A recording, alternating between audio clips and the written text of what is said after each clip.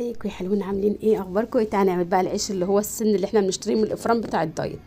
معايا كيلو دقيق ومعايا نص رد، قلبتهم تقليبه حلوه كده على بعض، وخدت منهم حبه عشان يعني ابطط منهم، وحطيت معلقه عسل وكيس خميره وحبه ملح وميه دافيه للعجن. على بقى الكميه ما تاخد منك 3 كوبايات، تاخد 3 ونص زي ما عجنتهم وسبتهم. والله بالظبط كده ما كملوش تلت ساعه ولا نص ساعه، ما شاء الله خمروا. ورحت مقطعاهم كده على صينيه. بعد ما اخلصهم تقطيع هبتدي افردهم من اول حاجه عملتها، وهحطهم برضو على صينيه لغايه ما اخلص الكميه كلها.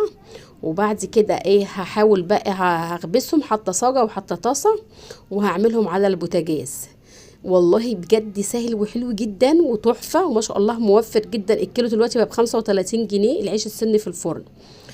طريقه بسيطه وسهله ومش متعبه خالص. هتشوفوا الكميه اللي طلعتها كميه حلوه قوي.